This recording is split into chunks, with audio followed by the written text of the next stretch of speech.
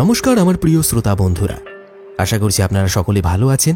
আজ আপনাদের জন্য নিয়ে এলাম একটা অসাধারণ কাহিনী, যেটা লিখেছেন সুলেখক পার্থ সারথী পরামানিক।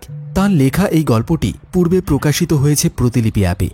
আপনি যদি ভিন্ন স্বাদের বিভিন্ন গল্পগুলি পড়তে ভালোবাসেন, তাহলে অবশ্যই ডেসক্রিপশনে দেওয়া লিঙ্ক থেকে পার্থ সারথী পরামানিককে প্রতিলিপি অ্যাপে ফলো করতে ভুলবেন না।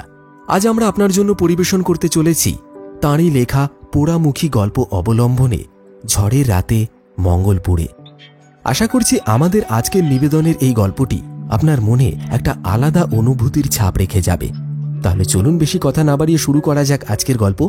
অনুরোধ রইল আজকের গল্পটি সম্পূর্ণ শোনার জন্যে। আজ গল্প পাঠে এবং বিশেষ কয়েকটি পুরুষ চরিত্রে আমি সুদর্শন। আজ আমার সঙ্গে সুজয়ের চরিত্রে থাকছে সুমিত এবং দুটি বিশেষ নারী চরিত্রে কণ্ঠ দিচ্ছেন বর্ণালী এবং সুপমা। শুরু হচ্ছে আজকের গল্প ঝড়ের রাতে মঙ্গলপুরে।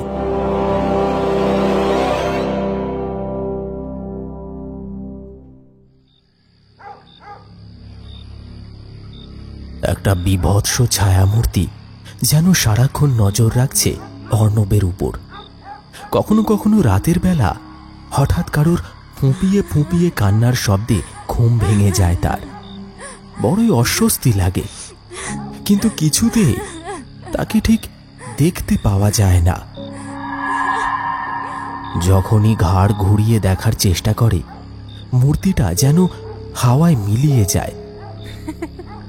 কখনো মনে হয় এ সবই তার মনের ভুল, কিন্তু দিন চারেক পর যা ঘটল, তারপর আর তাকে মনের ভুলই বা বলা যায় কি করে। এমনিতে অর্ণবকে ভীতু বলে কেউ অপবাদ দিতে পারবে না, বরং অনেক সাহসী লোকের যা করার আগে দুবার হাত কেঁপে উঠবে, সে তা অনায়াসেই করে ফেলতে পারে। তো সেদিন নাইট শিফটের অফিস সেরে বাড়ি ফিরছিল অর্ণব। অফিসের গাড়ি তাকে নামিয়ে দিয়ে যায় মোড়ের মাথায়। এখান থেকে মিনিট 5 পরেই অর্ণবের ফ্ল্যাট, এটুকু হেঁটেই যেতে হয়। বাড়িটা ভাড়া বাড়ি এবং সে একাই থাকে।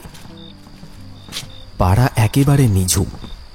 রাস্তায় শুয়ে থাকা কুকুরগুলো একবার মুখ তুলে চেয়ে আবার আগের মতোই মুখ গুঁজে শুয়ে পড়ল। অর্ণব নিজের মনেই হাঁটছিল। সামনে প্রমোশন, এই প্রমোশনটা হলেই এবার বিয়েটা সেরে ফেলতে হবে। আর ঋতিকাকে বেশি দিন ঝুলিয়ে রাখা ঠিক হবে না। বড়লোক বাপের একমাত্র মেয়ে, ফসকে গেলেই বিপদ। হঠাৎ শনি মন্দিরটা ঘুরে গলিতে ঢুকতে গিয়েই গায়ের রক্ত যেন জল হয়ে গেল অর্ণবের। শির দাঁড়া বেয়ে অত্যন্ত শীতল একটা স্রোত নেমে গেল নিচে। সেই বিভৎস মূর্তিটা দাঁড়িয়ে আছে গলির অপর প্রান্তে। অর্ণব দাঁড়িয়ে পড়তেই ক্রমশ এগিয়ে আসতে লাগলো সেই মূর্তিটি। কে কে ওখানে? জড়তা ভরা গলায় প্রশ্ন করল অর্ণব। কোনো উত্তর না দিয়ে আগের মতোই এগিয়ে আসতে লাগলো মূর্তিটি। ল্যাম্প পোস্টের ধোঁয়াটে আলোয় এতক্ষণে মুখটা দেখা গেল তার। এ যে সুপর্ণা। হ্যাঁ, ঝলসে যাওয়া মুখেও চিনতে কোনো অসুবিধা হলো না অর্ণবের। আমাকে ছেড়ে দাও, একই রকম তোতলানো গলায় বলল অর্ণব। তারপর পেছন ফিরে বাঁচাও বাঁচাও, কে কোথায় আছো, আমাকে বাঁচাও বলে চিৎকার করে ছুটতে লাগলো।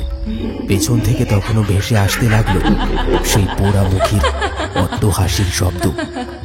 তারপর কিসে যেন একটা ঠোকর খেয়ে এক নিমেষে সব অন্ধকার হয়ে গেল।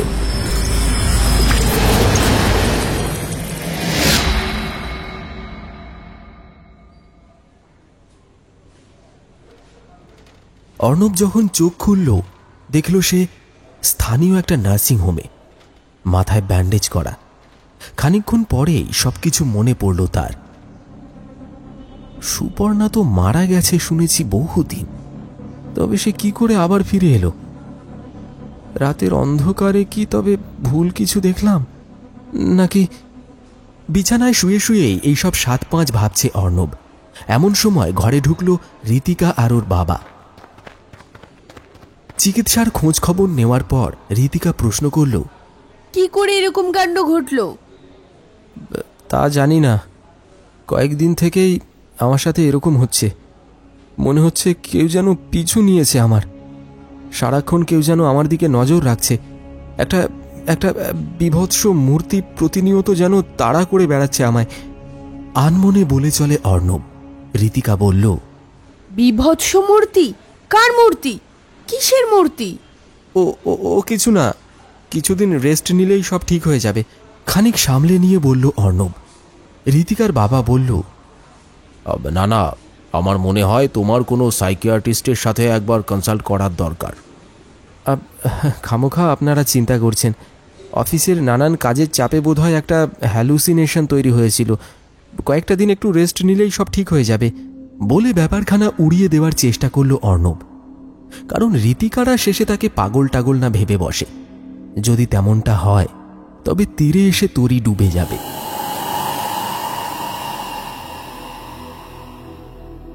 চোট তেমন গুরুতর নয়। বেলার দিকে ডাক্তারবাবু আরেকবার চেক করে ছুটি দিয়ে দিলেন। নার্সিংহোম থেকে ছাড়া পেয়ে অর্ণব সোজা সুপর্ণাদের বাড়ি গেল।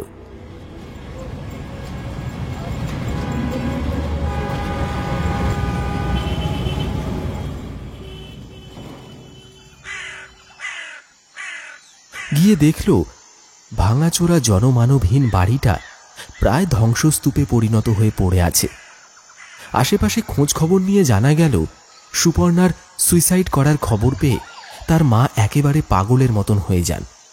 তারপর ঘর বাড়ি ফেলে একদিন কোথায় যে চলে যান কেউ জানে না। বেঁচে আছে কি নেই তাও কারোর জানা নেই।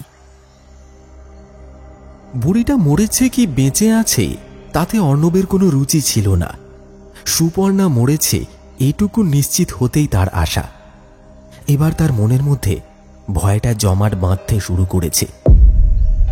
তবে কি মরে ভূত হয়ে সুপর্ণা সেসবের বদলা নিতে চায়, নাকি কেউ তাকে ভয় দেখানোর চেষ্টা করছে? কিন্তু ওই পোড়া মুখখানা দেখে চিনতে কোনো অসুবিধা হয়নি অর্ণবের। ও সুপর্ণাই ছিল। কিন্তু এটাই বা কেমন করে হয়? মরেও কি শান্তি দেবে না সে আমায়? এখন বিয়েটা ভালোই ভালোই হয়ে গেলে বাঁচি, এসব ভাবতে থাকে অর্ণব। অর্ণব সেই রাতটা এক বন্ধুর বাড়িতে কাটালো। অনেক ভেবে চিনতে দেখল যে ছায়ামূর্তি তার পিছু নিয়েছে তা কোনো সাধারণ মানবী হতে পারে না। তার স্থির বিশ্বাস ওটা সুপর্ণারই প্রেতাত্মা। আর তাহলে তার থেকে বাঁচার পথ দেখানো কোনো ডাক্তারের কম্য নয়।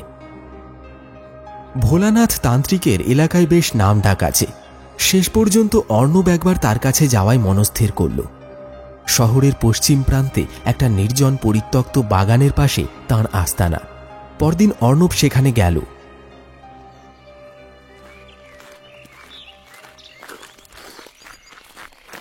ভেতরে ঢুকেই দেখল একপাশে একটা বড় ধোঁয়াময় ঘরে নানান রকম অপ্রকৃতস্থ লোকের নানান প্রকার চিকিৎসা চলছে। আর বাম পাশের একটা ছোট ঘরের সামনে লম্বা লাইন। দেখে সহজেই বোঝা যায় বাবার পসার মন্দ নয়। কেউ গৃহ শান্তির জন্য, কেউ প্রেমে ব্যর্থ হয়ে, কেউ দজ্জাল বউয়ের হাত থেকে পরিত্রাণ পাওয়ার জন্য, কারোর বা ব্যবসায় মন্দা চলছে তার থেকে উদ্ধার পাওয়ার জন্য, কেউ কেসে ডিগ্রি পাওয়ার আশায়, আবার কেউ সন্তানের ভাগ্যান্বেষণে। এছাড়াও কেউ কেউ শত্রুর বশীকরণের জন্য ভিড় জমিয়েছেন বাবাজির চেম্বারে। দরজার ডান দিকে একটা বড় ফলক, তাতে জলজল করে লেখা ভোলানাথ তান্ত্রিক। সাথে অনেক শক্ত শক্ত দেশি ও বিদেশি ডিগ্রি। অর্ণব একপাশের একটা কাঠের বেঞ্চিতে গিয়ে বসল। সাথে সাথে একটা চেলা গোছের লোক তার নাম লিখে আর একটা রসিদ ধরিয়ে দিয়ে চলে গেল। চারপাশে ছড়িয়ে পড়া উগ্র ধোঁয়ার গন্ধ আর ঘোলাটে আলোয় বাড়িটা তখন যেন সম্পূর্ণ একটা অন্য লোকের চেহারা নিয়েছে। তার মধ্যে আবার পাশের ঘরটা থেকে একবার করে ভেসে আসছে কিছু রোগীদের অমানসিক চিৎকার। মনে হচ্ছে যেন মন্ত্রের চোটে ভূত পেতনি ডাকিনীরাই আত্মচিৎকার করে আশ্রিতদের শরীর ছেড়ে অন্য কোনো লোকে পাড়ি দিচ্ছে।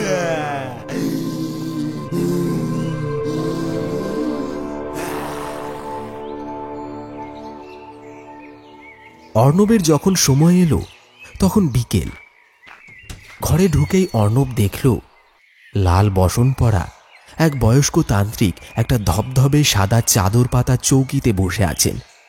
চৌকির একপাশে একটা ছোট্ট তেপায়া টেবিল, তার উপর সিন্দুর মাখানো একটা পুরনো বয়স্ক মানুষের মাথার খুলি আর কয়েকটা হাড়। তান্ত্রিক বলতে আমরা যেসব লোকেদের দেখে অভ্যস্ত, ইনি তাঁদের থেকে অনেকটাই আলাদা। বেশ পরিপাটি চেহারা, দাড়ি গোঁফ কিছুই নেই, চুল বড় কিন্তু জটার কোনো চিহ্ন নেই।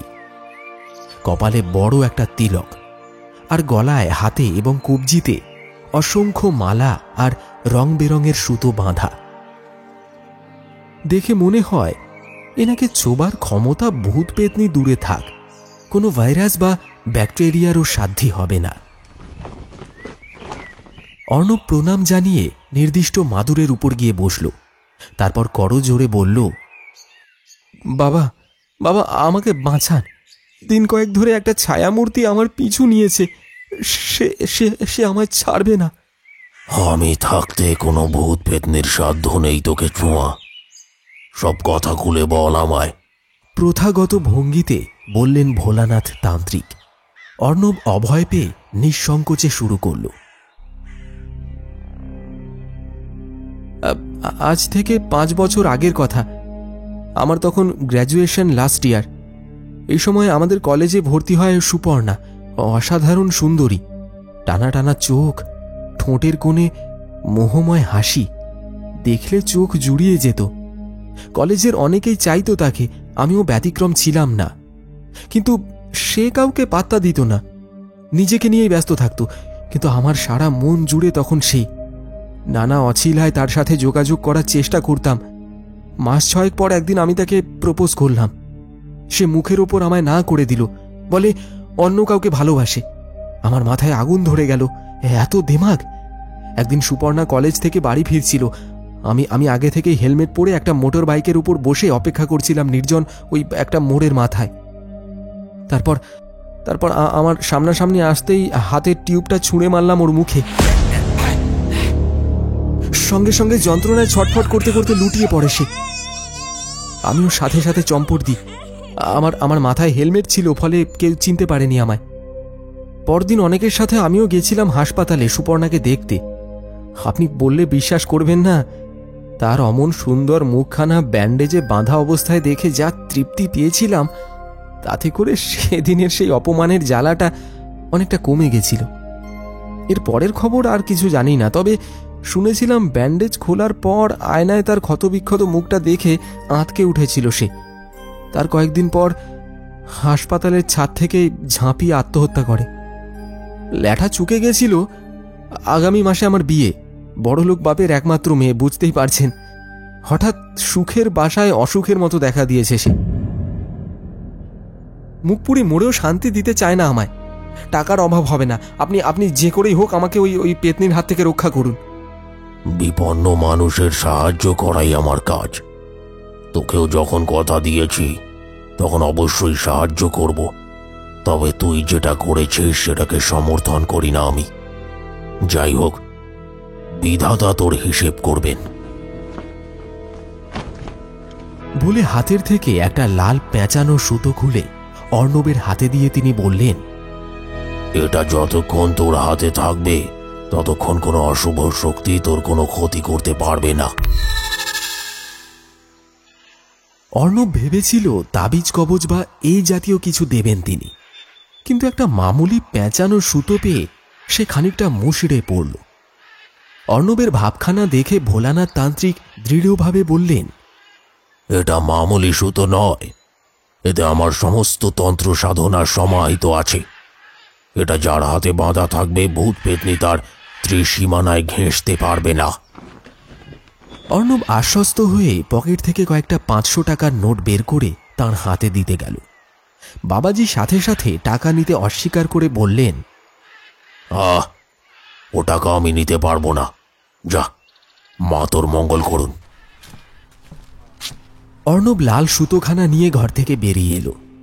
তারপর সেই মন্ত্রপুত লাল সুতোটা ডান হাতের কবজিতে বেঁধে নিল। অদ্ভুতভাবে তারপর থেকেই ওই ছায়ামূর্তিটা যেমন হঠাৎ উদয় হয়েছিল তেমনি হঠাৎ বিদায় নিল। ভোলানাথ তান্ত্রিক তাকে যে চোখেই দেখুন না কেন তার সুরক্ষায় বোধহয় কোনো খামতি রাখেননি। দিন কয়েক বাড়িতে থেকে অর্ণব লক্ষ্য করল, না, কোনো ভুল নেই। সেই পোড়ামুখীর আত্মার আর কোনো চিহ্ন এযাবৎ দেখা গেল না। এবার আর দেরি করা ঠিক হবে না। পরের মাসেই শুভ কাজটা তাড়াতাড়ি সেরে ফেলতে হবে।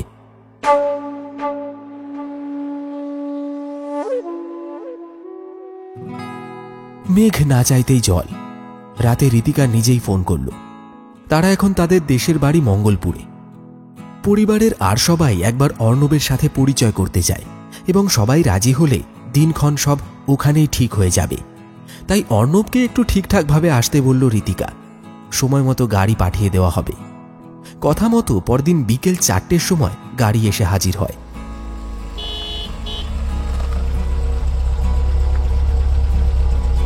অর্ণব সাজগোজ করে গাড়িতে এসে বসে। গাড়ি ব্যস্ত শহর পেছনে ফেলে দুরন্ত গতিতে ছুটতে থাকে।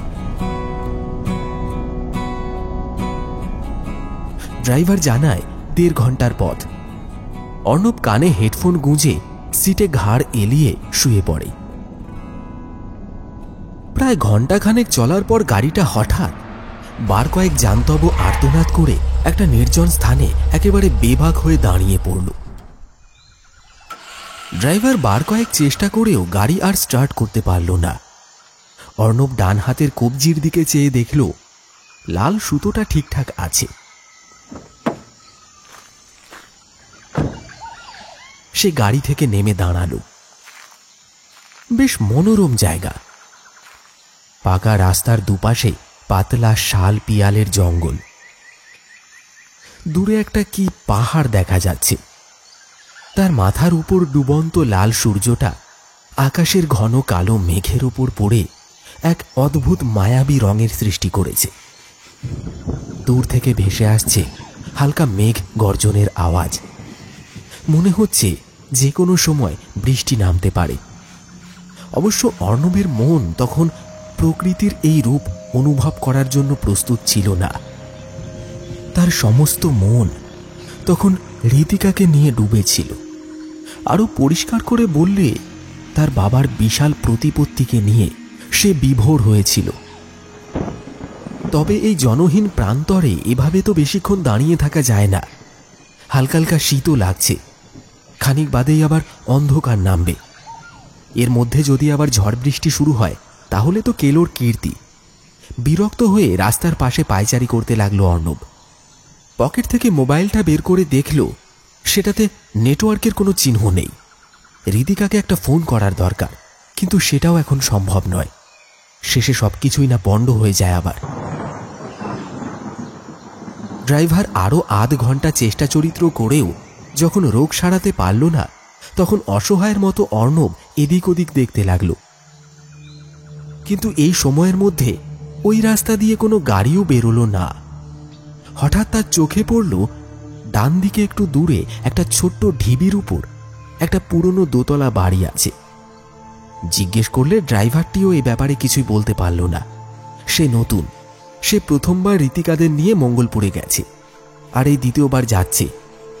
অর্ণব দেখল ভেতরে আলোও দেখা যাচ্ছে। তার মানে নিশ্চয়ই লোকজন আছে। এই নির্জন স্থানে কিসের বাড়ি এটা? কোনো টুরিস্ট লজ কি?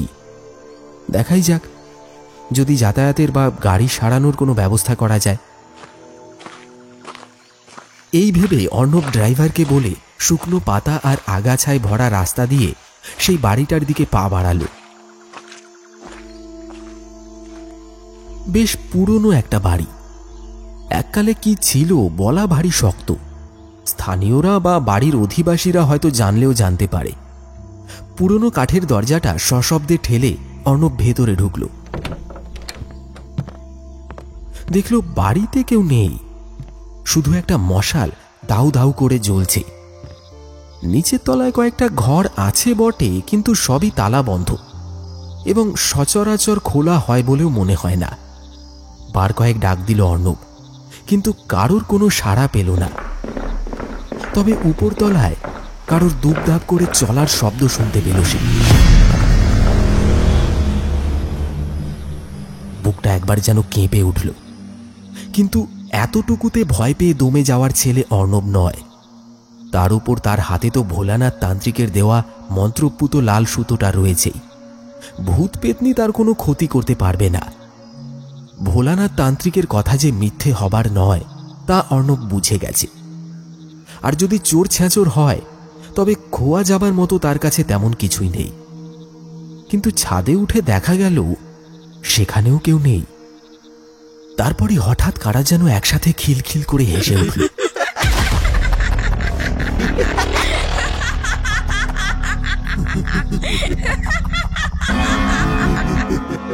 আর সাথে সাথে সামনের দরজাটা দড়াম করে বন্ধ হয়ে গেল। তারপর কোত্থেকে একদল বাদুর হুড়মুড় করে বেরিয়ে এসে মাথার উপর চক্কর কাটতে লাগলো। এবার ভয়টা মাথা চড়া দিয়ে উঠল অর্ণবের। হিমেল আবহাওয়াতেও তার কপালে দেখা দিল বিন্দু বিন্দু ঘাম। গাড়ি ছেড়ে একা এখানে আসাটা বোধহয় একেবারে বোকামি হয়ে গেছে। তাড়াতাড়ি নিচে নামতে গিয়ে দেখল একটা ভয়ানক কঙ্কাল ক্রমশ তার দিকে এগিয়ে আসছে। সাথে ভেসে আসছে সেই অমানসিক হাড় হিম করা হাসি। অর্ণব দিক বিদিক জ্ঞান শূন্য হয়ে সিঁড়ি বেয়ে দূর দাঁড় করে ছুটতে লাগলো। খানিকক্ষণ পর যখন সেই হাসি থামল, কঙ্কালটা কোথায় মিলিয়ে গেল, তখন অর্ণব দেখল সে ছাদের উপর তলায় উঠে এসেছে। চারপাশে হালকা অন্ধকার নেমেছে। দূরে একদল শেয়াল এক নাগাড়ে চিৎকার করে চলেছে। ন্যাড়া ছাদের থেকে রাস্তার দিকে চোখ পড়তেই অর্ণব অবাক হয়ে দেখল গাড়িটাও উধাও। না গাড়ি না ড্রাইভার, কেউ রাস্তার উপর নেই। তবে কি ড্রাইভার তাকে একা ফেলে এখান থেকে পালিয়ে গেল? জোরে জোরে চিৎকার করতে লাগলো অর্ণব। কিন্তু তার কথা যেন বাইরের ঝোড়ো হাওয়াতে কোথায় একেবারে মিলিয়ে গেল। সে ডাক কারোর কানে পৌঁছল না। ভোলানাথ তান্ত্রিকের মন্ত্রপুত সুতো কি তবে ব্যর্থ হল? তার উপর ভরসা করাটাই কি চরম মূর্খামি ছিল? যাই হোক, যে কোনোভাবে এবার তাড়াতাড়ি এই ভুতুড়ে বাড়িটা থেকে বেরোতে হবে। মরিয়া হয়ে অর্ণব নামার উপক্রম করতে গিয়ে চমকে দেখল সিঁড়ির সামনে একটা জ্বলন্ত মশাল হাতে দাঁড়িয়ে সেই ছায়ামূর্তি। সেই গোলাপি রঙের চুড়িদারটা পরে, তার মুখ ওড়নায় ঢাকা। তবু চিনতে অসুবিধা হয় না অর্ণবের। সে তোতলানো গলায় বলল, সুপর্ণা, সুপর্ণা। হ্যাঁ। সাথে সাথে একটা দমকা হাওয়ায় তার ঘুমটা সরে গেল। মশালের লালচে আলোয় তার বিভৎস মুখখানা দেখে শিউরে উঠল অর্ণব। প্লিজ প্লিজ আমায় ছেড়ে দাও, আমার ভুল হয়ে গেছে, আর কখনো এরকমটা করব না। যে যন্ত্রণা আমি ভোগ করেছি তার জন্য ক্ষমা শব্দের কোনো স্থান নেই। কি দোষ ছিল আমার? বল বল, আমার কি দোষ ছিল? বলতে বলতে ক্রমশ এগিয়ে আসতে লাগলো সেই ভয়াবহ ছায়ামূর্তি। এই আলো আঁধারিতে তার বিভৎস মুখ যেন আরো ভয়ঙ্কর হয়ে উঠেছে। অর্ণব আরো জোরে জোরে চিৎকার করতে লাগলো, কে আছো? কে আছো? বাঁচাও আমায়, আমায় বাঁচাও, আমায় শেষ করে। কিন্তু এবারও কারোর কোনো সাড়া পাওয়া গেল না। তার চিৎকার বাড়িটার মধ্যে প্রতিধ্বনিত হয়ে ব্যাঙের মতো ফিরে আসতে লাগলো। হঠাৎ পিছুতে পিছুতে তার পা এসে পড়ল একেবারে ন্যাড়া ছাদের শেষ প্রান্তে। তারপর সে আর নিজেকে সামলে রাখতে পারল না, পা ফসকে পড়ে গেল একেবারে নিচে।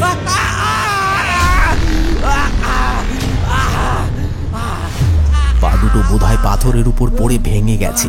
যন্ত্রণায় চিৎকার করে উঠল সে। শক্ত পাথর আর মাটির ওপর পড়ে গুরুতর আহত হয়ে ওখানেই গোঙাতে থাকে অর্ণব। নিচে পড়ার সময় দেওয়ালে ঝুলন্ত একটি লণ্ঠনের সঙ্গে তার ধাক্কা লাগে, আর তারপর সেই লণ্ঠনের মুখ উন্মুক্ত হয়ে ভেতরে জমে থাকা দীর্ঘদিনের সেই কেরোসিন সম্পূর্ণটা অর্ণবের শরীরে লেগে যায়। ওই অবস্থাতেই অর্ণব নিজের হাতটা নাকের কাছে আনতেই বুঝতে পারে তার শরীর কেরোসিন তেলে ভিজে গেছে। কিন্তু এখানেই শেষ নয়। কয়েক মিনিটের মধ্যেই সেই বীভৎস ছায়ামূর্তি আবার এসে দাঁড়ালো তার সম্মুখে। আর চলৎ শক্তি নেই অর্ণবের, জড়বৎ হয়ে পড়ে রইল সে। ছায়ামূর্তি সাথে সাথে একেবারে অসুর দলনী দুর্গার মতো তার বুকে একটা পা তুলে হাতের জ্বলন্ত মশালের আগুনটা তুলে ধরল।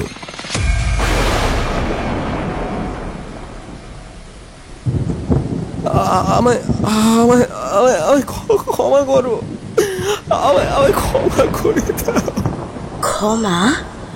ক্ষমা যেটা ক্ষীণ দুর্বলতা। হে রুদ্র, নিষ্ঠুর যেন হতে পারি তথা। বলেই সেই ভয়ঙ্করী নারী মূর্তি মশালটা আছড়ে ফেলতে গেল অর্ণবের মুখের উপর। সর্বগ্রাসী লাল লেলিহান শিখা দ্রুত এগিয়ে আসতে থাকে অর্ণবের দিকে। সে ভয়ে মুখ ঢেকে চিৎকার করে ওঠে, আমাকে ছেড়ে দাও, আমাকে ছেড়ে দাও, আমাকে ছেড়ে দাও। হঠাৎ একেবারে তার মুখের সামনে এসে মশালের জ্বলন্ত আগুনটা থমকে দাঁড়িয়ে পড়ে। তারপর হাউ হাউ করে কেঁদে ওঠে সেই নারী মূর্তি, আর হাতের মশালটা নামিয়ে দেয় পাশের একটা পাথরের উপর। অর্ণব মাটিতে পড়ে হাঁ করে চেয়ে থাকে। আরো অবাক হয়ে দেখে ঘর থেকে দ্রুত বেরিয়ে আসছে একটা তারই বয়সী ছেলে। হ্যাঁ, এই ছেলেটাই তো তাকে গাড়ি করে এখানে নিয়ে এসেছে। ছেলেটি এগিয়ে আসতেই সুপর্ণা তাকে জড়িয়ে ধরে কাঁদতে কাঁদতে বলে ওঠে, আমি পারবো না সুজয়, কাউকে জ্যান্ত পুড়িয়ে ফেলতে। আমি পারবো না, পোড়ার যে কি জ্বালা আমি জানি। ছেলেটি বলল, আমি জানতাম। অর্ণবের যেন মাথা খারাপ হয়ে যাওয়ার জোগাড়। কি হচ্ছে কিছুই বুঝতে পারছে না সে। তবে কি এই ভুতুড়ে ড্রাইভার তাকে এই ভুতুড়ে জায়গায় নিয়ে এসেছে, নাকি সব মিথ্যে, ভুল দেখছে সে? কে তোমরা? চিৎকার করে ওঠে অর্ণব। আমাকে আমাকে কি চিনতে পারছো না তুমি? তুমি কি তবে বেঁচে আছো? হ্যাঁ, আমি বেঁচে আছি। হায় ভগবান, তার মানে এসব ষড়যন্ত্র ছিল? হ্যাঁ, তোমাকে একেবারে এখানে প্ল্যান করেই নিয়ে আসা হয়েছিল। ঘরটিকে আগের থেকেই তোমার জন্য সাজিয়ে রাখা হয়েছিল। কে কে ছিল এর পেছনে জানবে না? এই দেখো সুজয়, আমার ভালোবাসার মানুষ, যে এত কিছুর পরও আমাকে ছেড়ে যায়নি, নতুন করে আমাকে বাঁচতে শিখিয়েছে। আমি চিরকৃতজ্ঞ ওর কাছে। সেদিন ছাদ থেকে পড়েও আমার মৃত্যু হয়নি। প্রাথমিক চিকিৎসার পর সুজয় আমায় নিয়ে চেন্নাই পাড়ি দেয়। দীর্ঘ চিকিৎসার পর আমি সুস্থ হয়ে উঠি। মাকেও সুজয় নিজের কাছে এনে রেখেছিল। তারপর সুস্থ হয়ে আমি আর মা শিলিগুড়ি চলে গেছিলাম।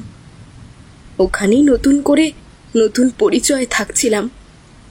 এই পোড়া মুখ নিয়ে আর পরিচিতদের কাছে যেতে মন চাইল না। পুরনো জীবন মুছে ফেলার জন্যই সুজয় রটিয়ে দেয় চেন্নাই যাবার পথে আমার মৃত্যু হয়েছে। আর এসবের জন্য শুধুমাত্র তুমি দায়ী। আমার সুন্দর জীবনটাকে এক লহমায় জ্বালিয়ে পুড়িয়ে ছাড়খাড় করে দিলে তুমি। এবারে সুজয় বলতে শুরু করলো, আমিও বুঝেছিলাম সুপর্ণাকে ততদিন সুস্থ স্বাভাবিক জীবনে ফেরানো যাবে না যতক্ষণ না সে তোমায় নিজের হাতে শাস্তি দিতে পারছে। যে বিষ তুমি ওর শরীরে ঢেলেছিলে সেটা বের করার আর কোনো পন্থা ছিল না। তাছাড়া এত বড় অন্যায় করার পরও যদি তোমায় ক্ষমা করে দেওয়া হয় তবে সেটা ন্যায় হবে না কোনো অবস্থাতে। তাই সম্পূর্ণ নাটকটি সাজিয়েছিলাম আমি। এর জন্য খাটতেও হয়েছে প্রচুর। অনেক দিন থেকেই আমরা তোমার ওপর নজর রাখছিলাম, কিন্তু জুৎসই কোনো সুযোগ পাচ্ছিলাম না। তাই এবার আটঘাট বেঁধেই নেমেছিলাম। জানি আইন নিজের হাতে তুলে নেওয়াটা অন্যায়, কিন্তু এছাড়া আর কোনো পথও ছিল না আমাদের। তোমার বিরুদ্ধে জোরালো কোনো প্রমাণ ছিল না আমাদের হাতে। তবে আরেকজনের সাহায্য ছাড়া এই কাজ হয়তো অসম্পূর্ণই থেকে যেত। সে কি? ভাঙা ভাঙা গলায় বলল অর্ণব। পুরনো বাড়িটার ভেতর থেকে সজল নয়নে এবার যে বেরিয়ে এলো, মশালের লালচে আলোয় তাকে দেখে হৃৎপিণ্ডের ধূপপুকানিটা হঠাৎই যেন স্তব্ধ হয়ে গেল অর্ণবের। ঋতিকা, তুমি? হ্যাঁ, আমি। কি ভেবেছিলাম আমি তোমায়! ছি, একটা মেয়ের এত বড় ক্ষতি করতে একবারও হাত কাঁপলো না তোমার? তুমি মানুষ নও। আমি যখন সব কথা সুপর্ণাদির কাছ থেকে জানতে পারলাম, তখনই আমি ঠিক করে নিয়েছিলাম তোমার উপযুক্ত শাস্তি হওয়া উচিত। এই অন্যায়ের কোনো ক্ষমা নেই। তাই এদের কথায় আমি তোমায় এখানে ডেকে এনেছি। ছলো ছলো চোখে কথাগুলো শেষ করে ঋতিকা সুপর্ণাদের সাথে চলা শুরু করলো। আমায় ফেলে যেও না, এখানে পড়ে থাকলে আমি নির্ঘাত মারা যাব। আমায় ছেড়ে যেও না তোমরা, আমায় নিয়ে চলো, আমায় ছেড়ে যেও না। ভাঙা পা নিয়ে ঘষতে ঘষতে এগোতে এগোতে চিৎকার করে বলল অর্ণব, তোমায় ছেড়ে গেলাম বিধাতার হাতে, সেই বিধাতার হাতে যিনি জন্ম মৃত্যু কর্মফল লেখেন, তার হাতে। তিনি তোমার সঠিক বিচার করবেন। বলেই সুপর্ণা তার হাতের মশালটা দূরে ছুঁড়ে ফেলল। তারপর তিনজন একসাথে পাকা রাস্তার দিকে এগিয়ে যেতে লাগলো।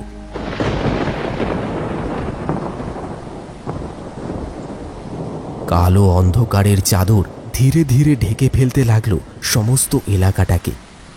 মূল রাস্তায় উঠতেই একটা আর্ত চিৎকারে তিনজন চমকে উঠল। তারপর পিছন ফিরে দেখলো ফেলে দেওয়া মশালের আগুনটা গাছপাতার ফাঁক দিয়ে ভেতরে দাউ দাউ করে জ্বলছে। সেই জ্বলন্ত আগুন শরীরে নিয়ে অর্ণব এদিক থেকে ওদিক দিক বিদিক জ্ঞানশূন্য হয়ে ছুটে চলেছে। এর কয়েক মিনিটের মধ্যেই সেই সর্বগ্রাসী টকটকে লাল লেলিহান শিখা আষ্টে পৃষ্ঠে জড়িয়ে ধরল অর্ণবকে।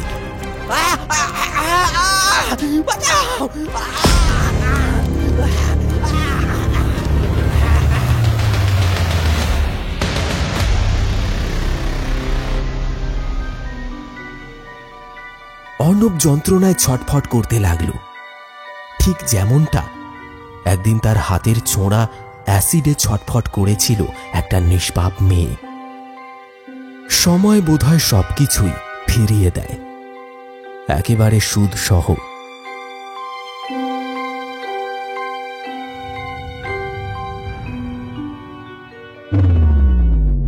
গল্পটি আপনার যদি ভালো লেগে থাকে তাহলে লাইক, কমেন্ট আর শেয়ার করতে ভুলবেন না। আর হ্যাঁ, চ্যানেলে যদি আপনি এই প্রথমবার এসে থাকেন তাহলে এক্ষুনি চ্যানেলটি সাবস্ক্রাইব করে বেল নোটিফিকেশন অন করে দিন। আবার আসছি নতুন কোনো রোমহর্ষ কাহিনীর সাথে আগামী এপিসোডে।